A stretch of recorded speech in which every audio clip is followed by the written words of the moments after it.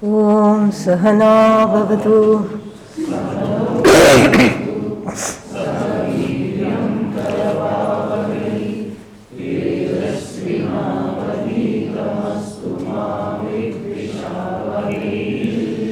Om Shanti Shanti Shanti Dayakaram Dayakaram Dantam Dharma Pravartakam Pranamami Dayanandam Madacharya Varam Param.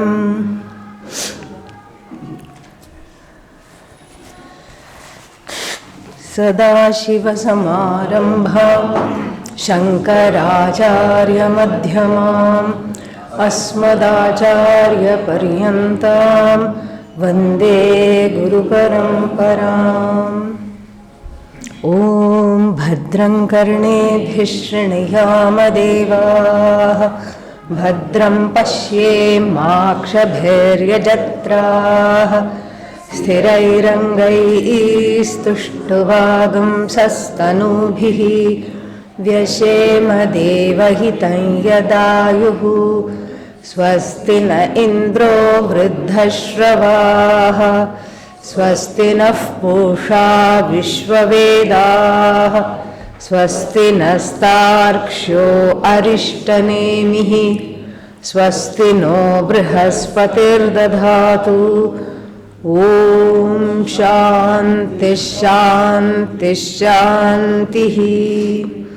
Manohid Vividham Proktam Shuddham Cha Shuddhameva Cha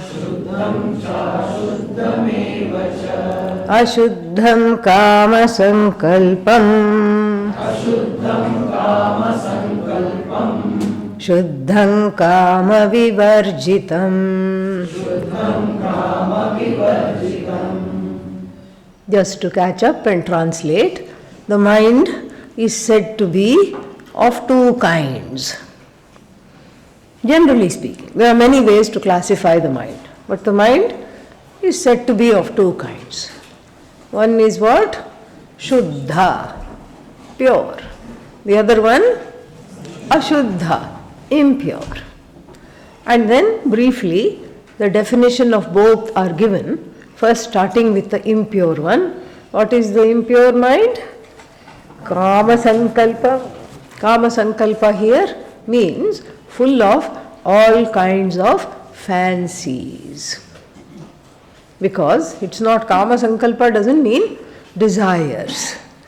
Because we cannot remain without desire. For two reasons. One is that the placement of the desire in the mind is Ishvara Srishti, not Jiva Srishti. Ishvara's creation, not Jiva's creation. Yeah. So, you didn't desire for the desire to be there in the mind. It just comes. You didn't desire to think even. Thoughts just come. In fact, the mind becomes a very important topic in all the Upanishads, because this is one thing we can't figure out. How to manage this intractable mind, we cannot figure out. And so it becomes a very important topic in the Upanishads. And in fact, the Kena Upanishad starts with the question, a very interesting question: what causes? What is it that causes the thoughts to come? What is it that causes the thoughts to come, the thoughts to fall in the mind? What is it that is responsible for that? Keneshitam patati preshitam manaha kena pranah praiti yuktaha. Like this. Keneshitam vachamimam vadanti chakshushrotram ka udevo yunakti. Kena ishitam, kena preshitam manaha patati. Impelled by which force? impelled by what does the mind fall into various thoughts, or the thoughts fall into the mind? Desired by whom? Because I am not in control of the thoughts. How do you know you are not in control of the thoughts? Very simple. We can have a simple exercise. Please tell me your next thought. Can you tell me your next thought? No. If you make up something, if you say, okay, my next thought is a red kite flying in the sky, let's say, I say that. But before that, what was there? Yeah. So, you can't know. You can't know what is the next thought. So therefore, the whole Upanishad starts with this. Impelled by whom, desired by whom, does the mind fall into various thoughts? And then, desired by whom, does the prana go in and out? Respiration happens. Again, I am not in charge of that. If you were in charge of respiration, you would not sleep all night long. Because as soon as you sleep, you will worry, you will stop breathing. So like this, that's the second one. Then, kena ishitam vacham imam vadanti. Speech also ensues forth. The ability to talk, the ability to articulate, the ability to say is akaro vai sarva vak. It's the foundation of all speech. Because what do? You have closed your mouth now. If you just open the mouth and make a sound, what sound comes? Ah. If you are a crow, ka will come. No. But we are talking of human sounds, the gamut of human sounds. So, so that the ability to articulate this which is the foundation of sarva vak, all speech, how did this come? How did this come? This is how it is. We are not in charge of it. And chakshush shrotram kaudevo yunakti, which deva is joining the activities, enjoining the activities of the ears and the eyes. Because the ears and the eye, it's not the organ that sees. We already have seen this. If the organ called the eye saw everything, then what would we have? We would have a big problem, because a dead person's eyes would also start seeing. Yeah. And the dead person would protest. No, don't take me to the crematorium. I see what you're trying to do now. But that doesn't happen. This means that there is a power behind all these karmendriyas, jnanendriyas, and then especially the mind. Then again, the mind becomes an important topic also in the Taittiriya Upanishad. There it is described that the mind and speech are the closest of friends. They love each other dearly.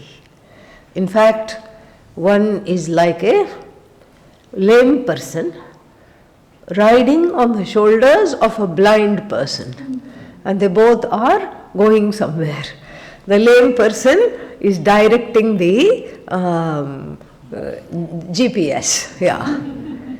No, you'll crash. Go straight. Take a left. No, don't do that. And then therefore, because of that, the blind person can go places. The blind person has the ability to walk. The lame person has the ability to guide. In the same way, between the vak, the speech, and the mind, there is a nice synergy, a friendship. One day, because in those days, ancient days, they didn't have cable TV, there was not much pastime. So they said, let us go. We have caught so many things, you and I. We have described many things in our life. Let us go catch a hold of this Brahman. What a lovely idea. And they both set off in their quest to catch Brahman.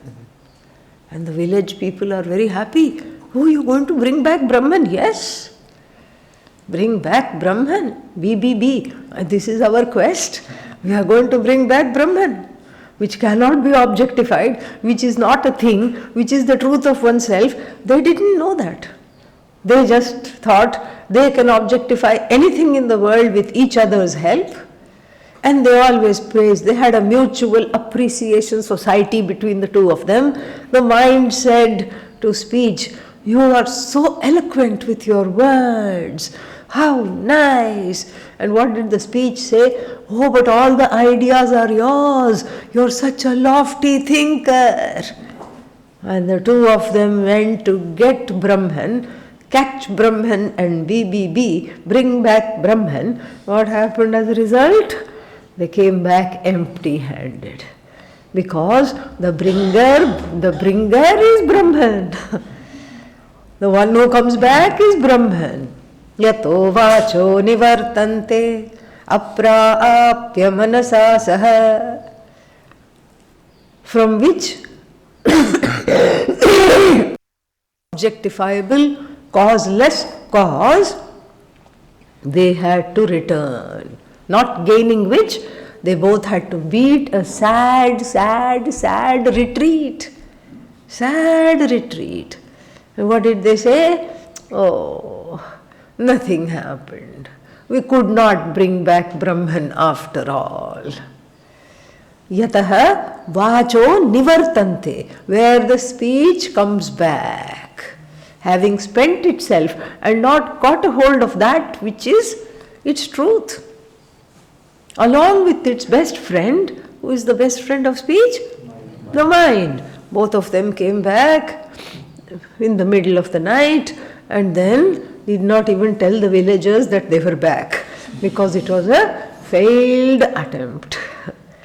So the Taittiriya Upanishad also talks about the mind, and then the mind has become a very important topic, therefore, in all the Upanishads, and this one also is all about managing the mind. So this is going back to the reasons why the mind cannot be desireless. First reason is because Bhagavan's Srishti, Bhagavat Srishti, that the mind will have desires. Sarvesham buddhau ragadveshau vyavasthitau. In every buddhi, O Arjuna, we'll see this in the Bhagavad Gita, raga, dvesha, strong preferences and prejudices are already arranged. Oh, that means I can have lot of raga, dvesha. No, read the fine print. What is the fine print? Tayoho vasham na agachet tauhi asya purushasya sadhakasya paripanthinau. Don't come under their spell. Just because it is there, raga dvesha are there in each mind, but then along with raga dvesha, what is given? Free will to override them is given. Don't forget about that. Free will to override the raga dvesha are given, and so therefore what you have to do here? You have to override that, coming under the spell of raga dvesha. So this is the first reason, because it cannot be desireless, because it is desire you don't ask for, thoughts you don't ask for. It is Ishvara Srishti, Ishvara's creation, not Jiva Srishti, not Jiva's creation. Then the second reason is because, we saw this also yesterday, this is just a recap. If I start saying, I'm not going to have thoughts, I'm not going to have thoughts, I'm not going to have thoughts, what am I left with? Yeah, the thought or the desire to not have thoughts. So how to get rid of that? Then I'll have to have another thought to not desire to have thoughts, to not have thoughts. Yeah, you see where this is going? Nowhere. It is going in infinite regress, meaning regression to the power of infinity. Better to seek the infinite, okay, rather than do this. So these are the two reasons why we should not take this first mantra literally. So, Ashuddham Kama Sankalpam. Let us look at that in a little more detail. Ashuddham Kama Sankalpam. Kama Sankalpa means full of fancies. Where did these fancies come from? Some of them are already there, like the Raga Dvesha. Have you heard of the expression building castles in the air?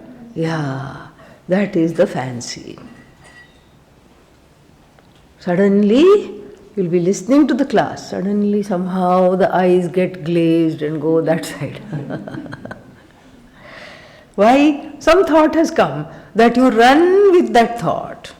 You keep running with that thought. What do you keep running with? Oh, how nice it would be right now to go on a cruise ship and then just look out and then be nice, be enjoying. Let's say there is a mild breeze and then, one is very suggestible. And so what does one feel? One feels a cool breeze on the cheek as soon as one says that. Then one says, let us do this, let us go here, and then I make some friends on the ship, and then wonderful it is. And lots, of course, without food, no fantasy is complete. So let us bring in all kinds of food, multicultural, what is that called? Cuisine, yeah.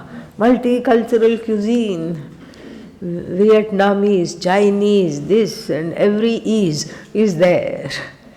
All the foods are there, not the ashram's menu. One day, dal and rice, next day, rice and dal.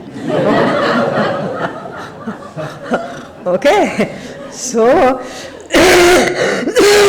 nice change. And then, you made some friends, you ate some food, and then you came back. Oh, we are now on the second verse. Okay, not too bad. and then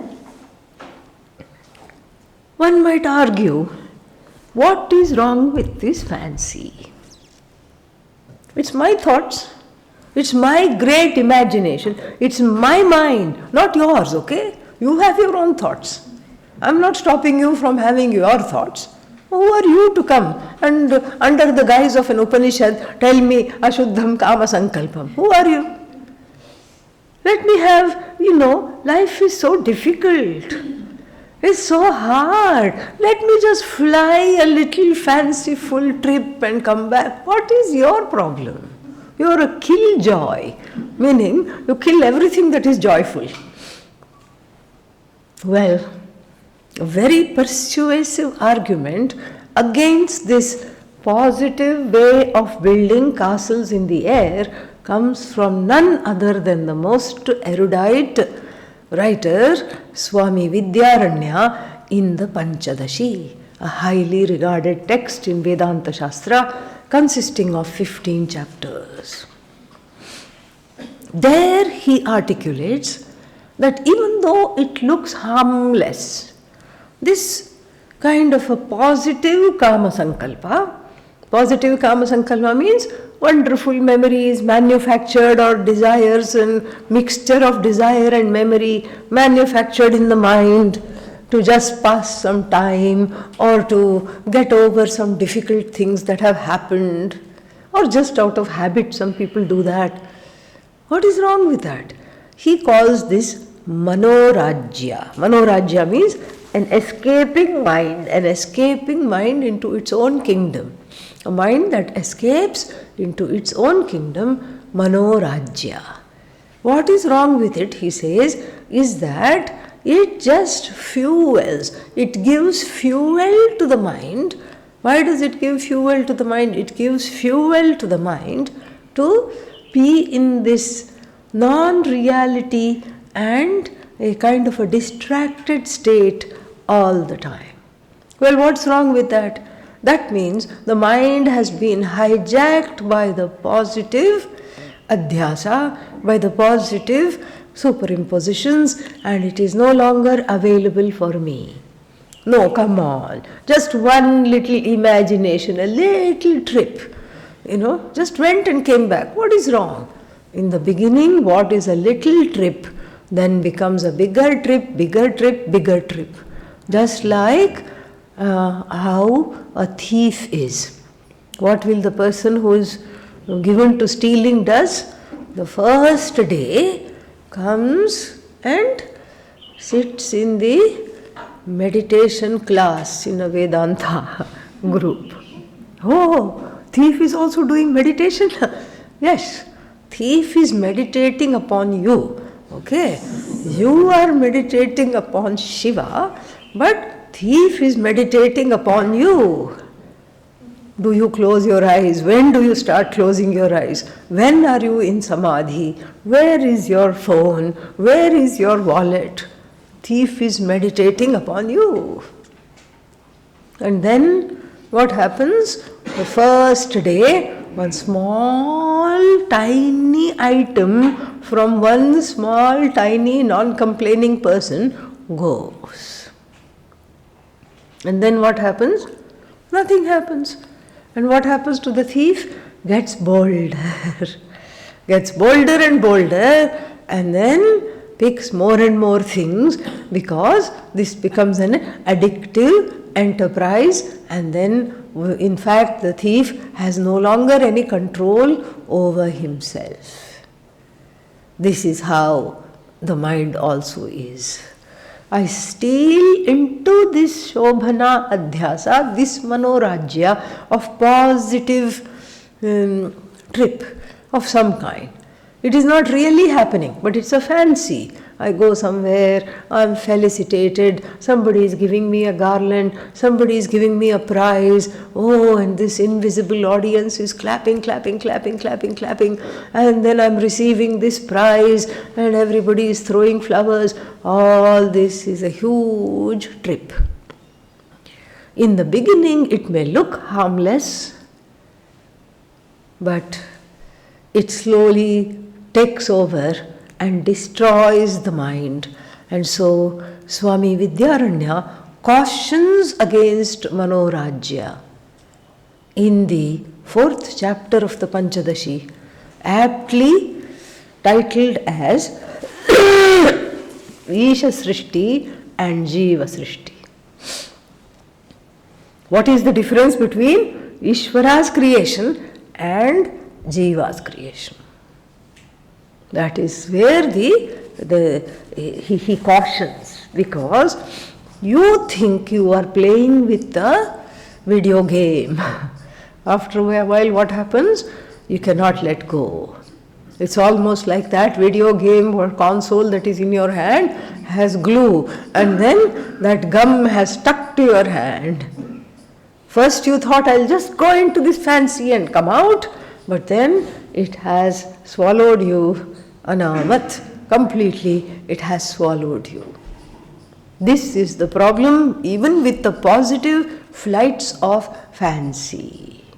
Therefore, they should be avoided by constant Nama Japa. He is going to tell this later. The Upanishad is going to tell this later. By constant Nama Japa, by changing the channel, by allowing the mind to just come back. Even if it's an emergency landing, it has to be executed immediately. You can't keep flying around and telling yourself, no, it's not safe to land. It is, in fact, the safest thing to do is land. Oh, but what if the plane crashes? Let it crash. You come down. That is the thing.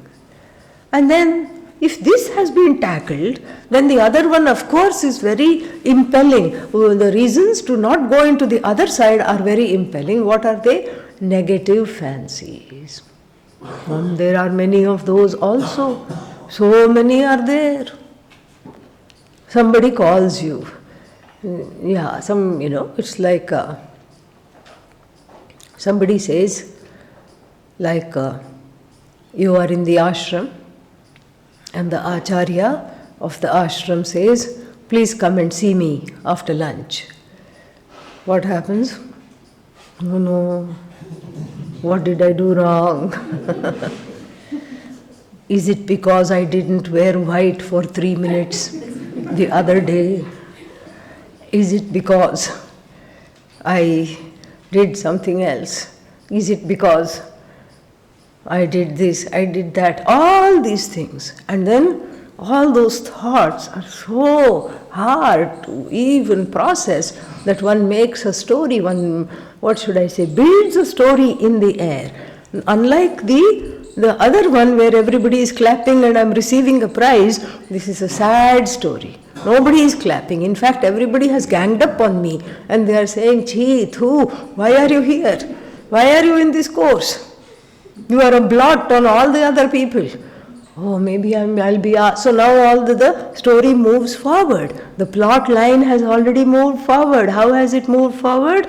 Well, maybe the Acharya will say, you have no place here.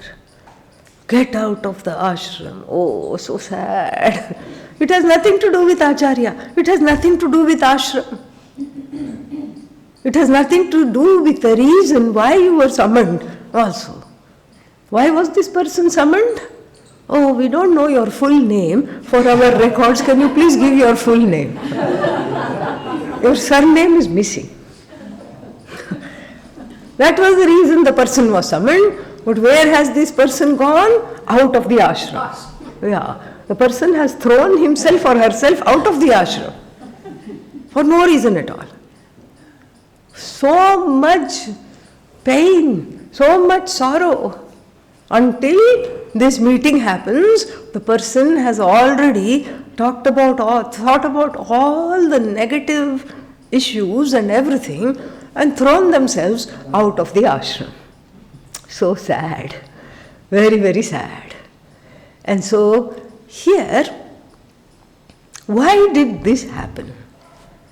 The positive things and the negative things, why do they happen? Why do these flights of fancy happen?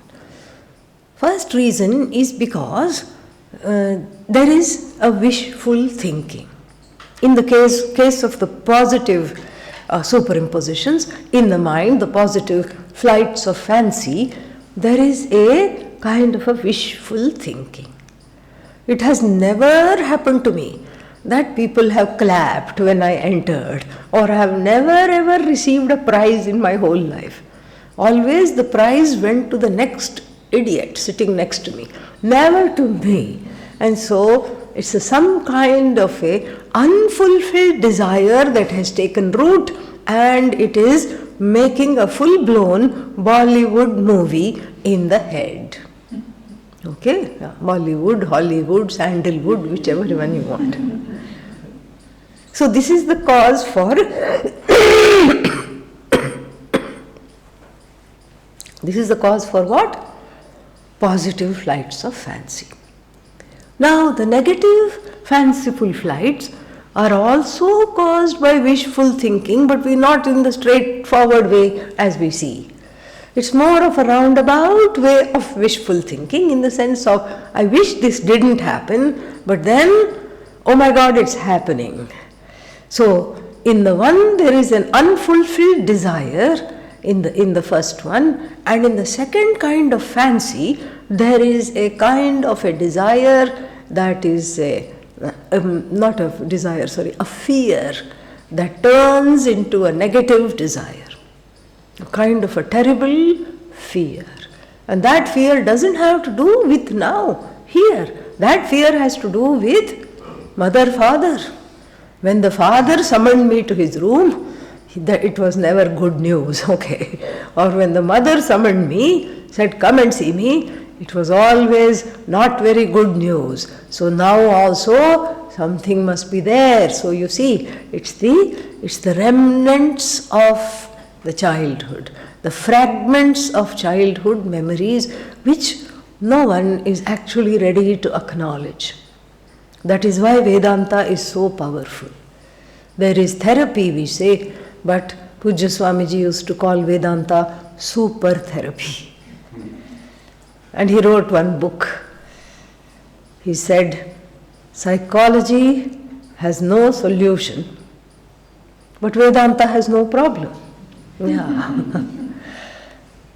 So, and to all the people who will say that, oh, the psychological aspect in Vedanta is all overridden. It's not at all overridden. Look at this verse.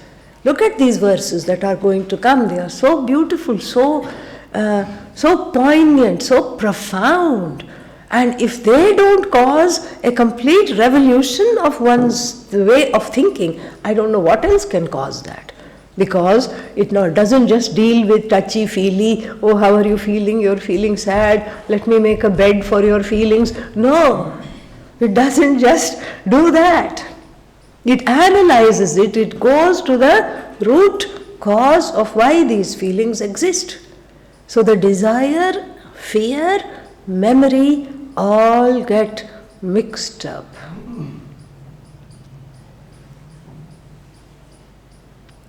It almost reminds me of T.S. Eliot's poem, The Waste Land, where he writes, April is the cruelest month, bringing lilacs out of the dead land, mixing memory and desire, stirring dull roots in the spring rain. Very, very symbolic. That's why all these poets, in a way, they knew Vedanta. They never had a chance to study it. But that desire, that call for Vedanta was already there in their hearts. So then, this becomes the raw material, the building bricks for the Kama Sankalpa. Like the skyline we talked about, everybody has various mansions. Oh, this is exactly how it is going to be. I'm never going to succeed. One mansion. Another mansion, nobody loves me. Third mansion, for that matter, even I also don't love myself. Fourth mansion, the whole world is full of idiots. Fifth mansion, I don't want to have anything to do with any of them. Sixth mansion, I'm going to leave people before they leave me because I don't want to get hurt. Yeah. So I'll try to make friends, step 1, step 2, step 3. Too close for comfort. What am I going to do? Leave. And the other person's, what happened? I thought we were friends. What friend? No friend. Go. Yeah. That's why you came to the ashram, to make friends? You should be here for moksha, not to make friends. So, these are the mental bricks for making these mansions, even though the mansion is made of antique, okay, yeah. So the mansion is made of teak, means excavated mind through some, this is what right now it is, this is what is trending, and I can see why, because nobody wants anything new in the houses anymore. You go to people's houses and it will look like you have gone to some kind of a Kandahar. What is Kandahar? How do you say that? Ruins. Yeah. So some door from 19th century, some window from the 18th century, and then it will have whatever it will be, and the door will not be, it cannot be used like a real door. It's just not possible. So they'll just hang it on the wall. And if you go to their house for the first time, you open the handle thinking you have to go through. It happened to me. I went to somebody's house and they said, come please see our house and please come through this. I thought they were talking about this door. I saw a nice door. Yeah, but it was a wall hanging. It was not a door. I turned the handle, nothing happened. Then they all laughed. No, that's just for show. And then this is all. And another door, what they had done is made it into a swing. Yeah. So like this, this is all the old, the antique is is trending. Nobody wants anything new. It should all be at least 100 years old. And this is exactly how it is in the mind anyway. At least a few lifetimes old. You excavate all the feelings, all the notions, all the prickly areas, and then make them into a wonderful mansion, and you decorate them, you make the rooms, you lighting, and the light will not work because it's just what is that? naam ke vaste chandelier. It's just for namesake alone. But you have it anyway. So you have what looks very nice and expensive, but you can't do anything with it. It's just for show. And then one gets trapped in the mansion. Because most of the antique things are made of wood and brass, and both these items need to be kept in ship-shape condition. The wood has to be protected from termites. You keep putting some kind of cream all the time, and the brass looks dull and tarnished if you don't keep polishing that with brasso, coppero, whatever there is. So you have to keep doing that. Similarly, in the inner landscape also, one is constantly polishing and nurturing these stupid notions. In these stupid mansions where one is just what? A prisoner. A total prisoner. You can't leave. Wherever you go, there you are. So this is what is meant Ashuddham Manaha Kama Sankalpam. Full of Kama Sankalpa. Full of these, not just fancies, but the fancies have solidified into big houses, mansions, which are being upkept. Not only inside, outside also, landscape is being watered, everything is being watered with the tears of disappointment. All these things are happening. Very sad. So then what is Shuddham? Kama Vivarjitam. This also we have to understand properly.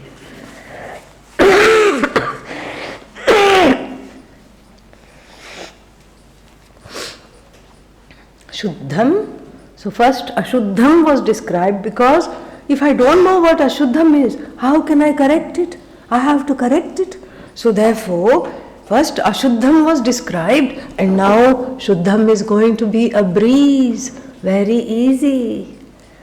Shuddham Kama Sankalpa Vivarjitam.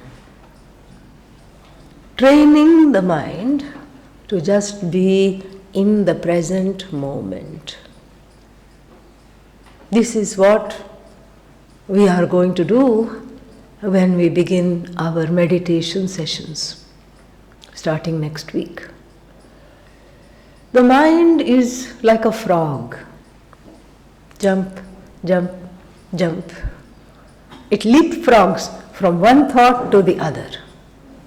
If you see a frog, you don't know where it's going to jump.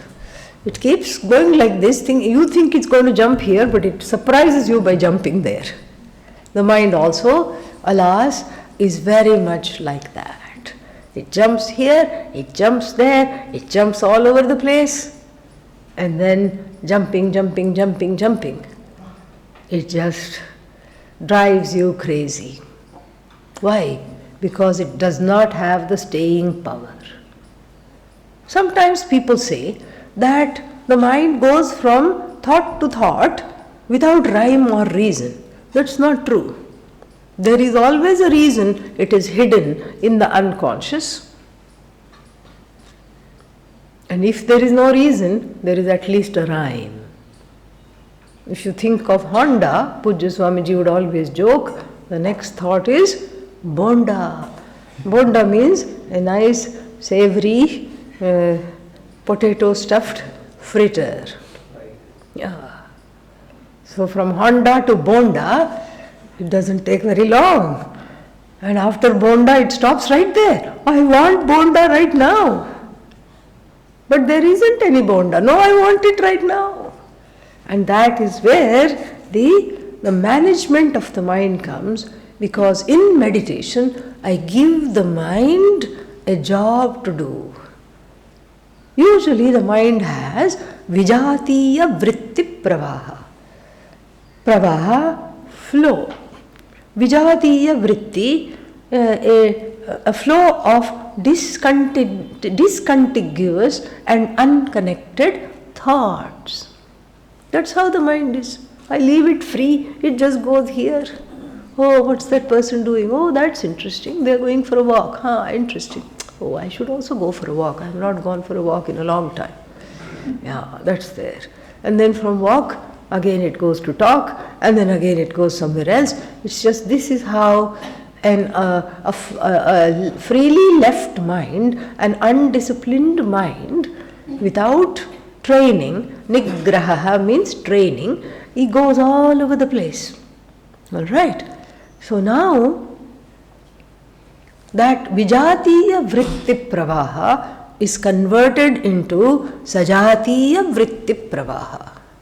Sajatiya vritti pravaha means I think of the same or similar kind of things. I make the mind have a flow of similar kind of thoughts or the same kind of thoughts. That's why in meditation we sit and say what? Om Namah Shivaya. And then after that what happens? What is the next thought? Om Namah Shivaya. I give the mind a job to do. I'll tell the mind, can you please think Om Namah Shivaya? It says, yay, I'm on it, no problem. Om Namah Shivaya, done. What's next? What's next? Next also is what? Om Namah Shivaya. What is the third thought? Om Namah Shivaya. What is the fourth thought? Om Namah Shivaya. What is the fifth thought? No. Fifth thought is anything happening? I have been meditating now how long? Then the sixth thought, I bring it back to Om Namah Shivaya. Yato yato nischarati. No matter how many times the mind goes away, tatas tataha niyamya etat. Atmani eva vasham nayet. So, just however the mind goes, you repeatedly bring it back, and then this, when it is done for 48 minutes, is called mandala. In the beginning it is so hard and so difficult and so distasteful also sometimes, you feel like running away. But don't give the mind that kind of a privilege. You have the staying power and you sit, and even badly you meditate, doesn't matter.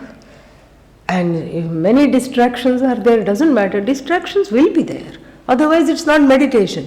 If distraction is not there, what will it be? Samadhi. We are not talking of samadhi. We are talking of what? Meditation. Dhyana.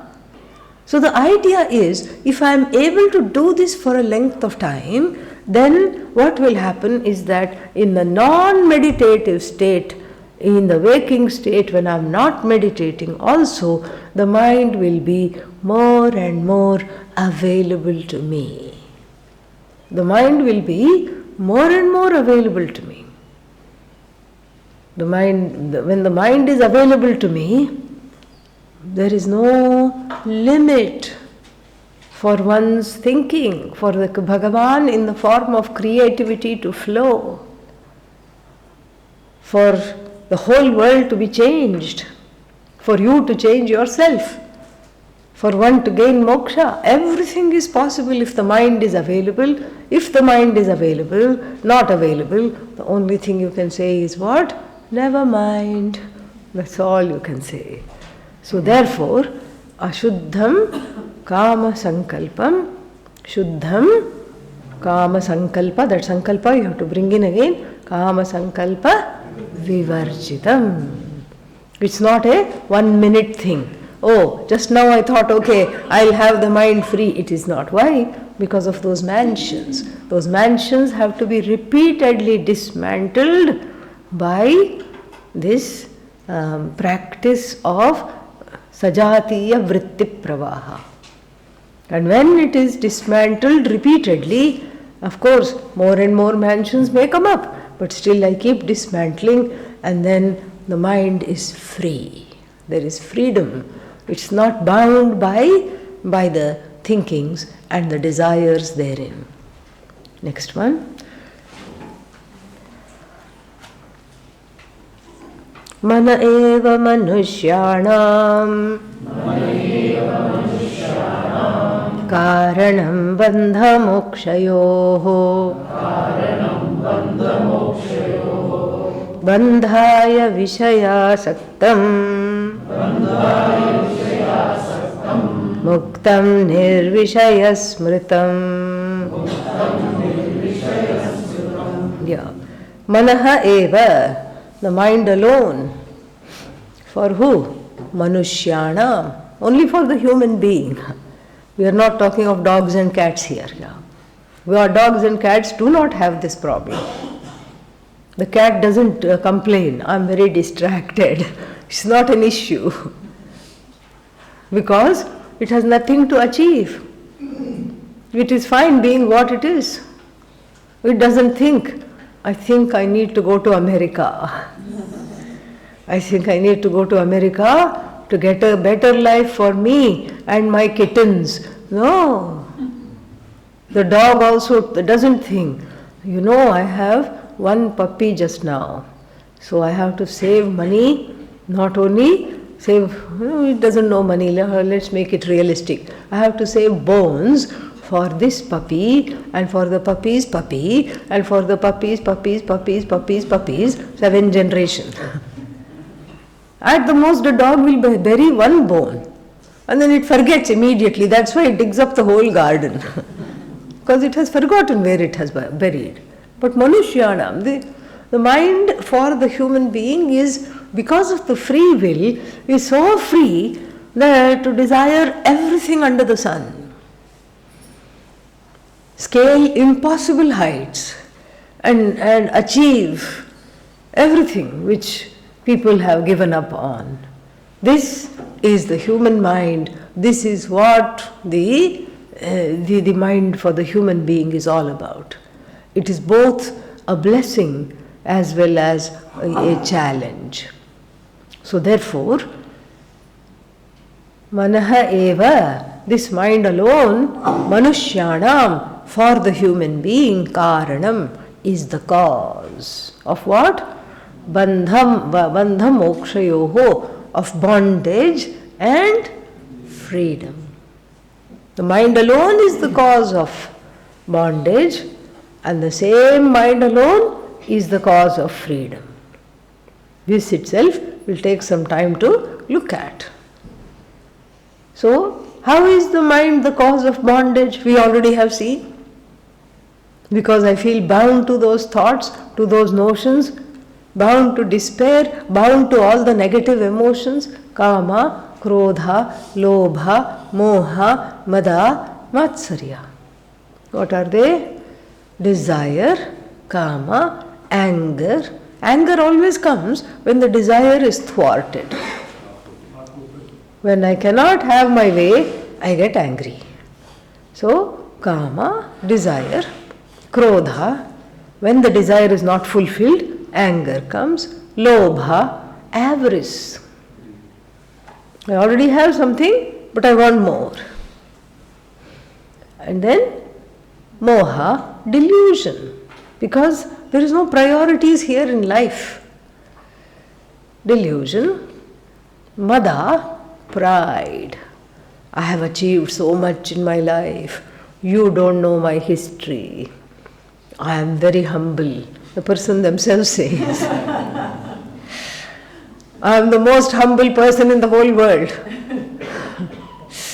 So, like this, this is Mada. Matsarya is mentioned last because it is the last to go. Bhagavad Gita will tell us that jealousy is the last to go. That's why it's mentioned last. Matsarya means, Matsaraha means jealousy. Jealousy is, what is jealousy? Jealousy also has a definition. It means that when I see someone coming up in life, I start feeling terrible about myself.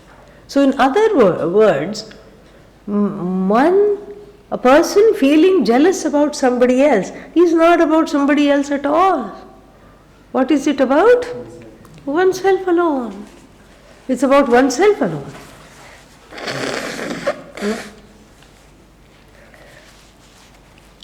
There is a deep insecurity in the heart, and because of this insecurity in the heart, what is happening?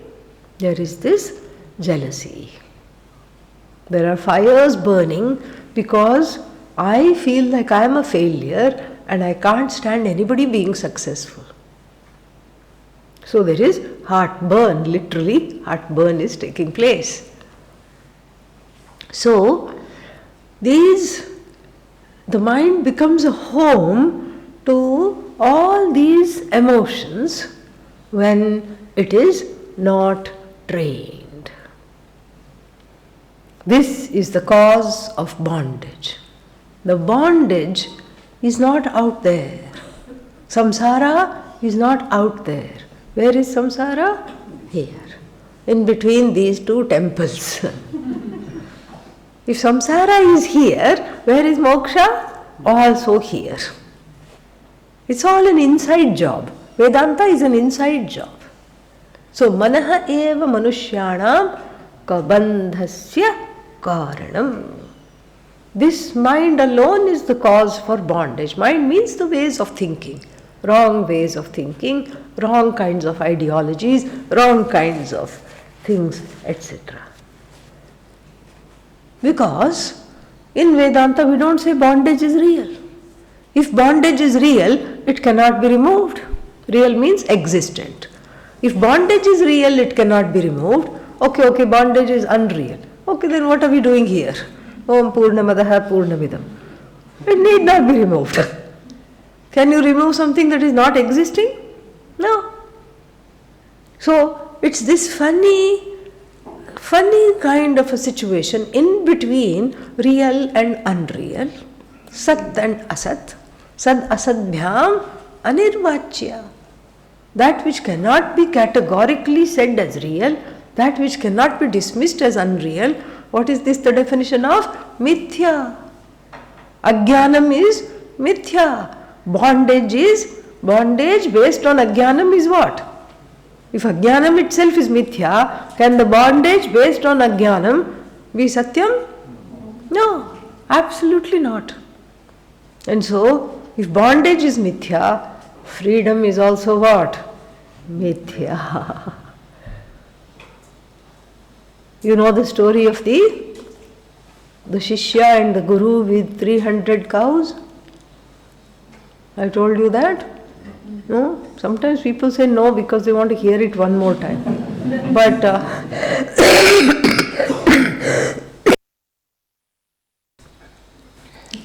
but I don't think I have told it here. Deep in the forest, in a village, outskirts of a village, a Shishya and the Guru abided together in a small ashram. They also had 300 cows. It was the Shishya's duty to take them out for pasture, bring them back, tie them up in the stable, and then go to sleep at night. One night he comes back and then he finds that all the rope used for tying up the cows at night has been what? Stolen. Oh no! 300 cows. What to do? How to keep them? What to do? And that particular forest village was not serviced by Amazon. Okay, yeah. So they could not order the rope on Amazon. And then, so what to do? He just went straight to the Guru. He said, Guru, somebody has taken all the rope. All the shops are closed. Nothing is open. It's night. How will they stay?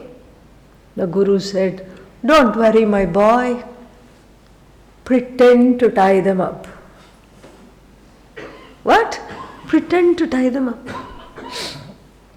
You must be kidding. No, just do as I say. He said, I don't think it's going to work.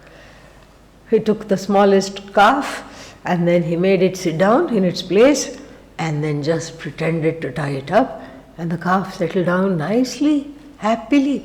And then another cow, until all 300 of them were tied up. And the Shishya thought, forget Vedanta, This guru has some siddhis. I want this siddhi. Must be having a nice mantra. He has hypnotized them. Mass cattle hypnotism he has done. And he has made the cows listen to him by somehow and not leave their place. And then I am going to get this mantra from him tomorrow. And then, but still, the guru slept very well all night. Snorings were coming from his kutia. Shishya, not so much. Shishya came every 15 minutes rubbing the eyes. Eyes were all red and watering, and just to make sure that the cow hasn't run away. Being a good Shishya, being a responsible Shishya, every half an hour, every 15 minutes, every hour he was waking up. And then the next morning, not one cow had gone missing. And then he went, he said, okay, come on, let's go to the water. Not a single blessed cow moved. He said, what are you doing? And playfully he goaded them with the ankusha, which is a little goad. He beat them a little bit. He took the beating like this, it went like this. When he goaded it from here, it went like this, it went like this, but it wouldn't get up. Then what is this? Oh, this mantra is too strong. It hasn't worn off even after the night. Let me go and find out from the Guru. Tell him to please release them from the mantra. And he just went, and then talked to the Guru and said, Bho Guru, your mantra is too strong. Release them from the mantra. Murkha, the Guru said. Murkha means what? Oh, you fool. Yeah. Oh, you deluded foolish one. Did you untie them? Oh, but I never tied them. But you pretended to tie them. Yes. So pretend to untie them. He said, oh, come on. But he just half-heartedly pretended to untie one of them. And that poor cow was also eager. It was hungry for its breakfast. It was eager to go to the pasture. It was eager to go to the water. It just ran to the water. Another one ran to the pasture like this. All of them ran. This is how bandha is. This is how moksha also is.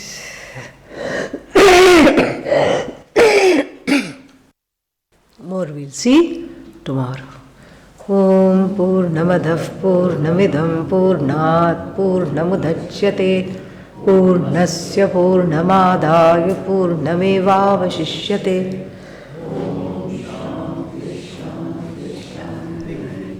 Hare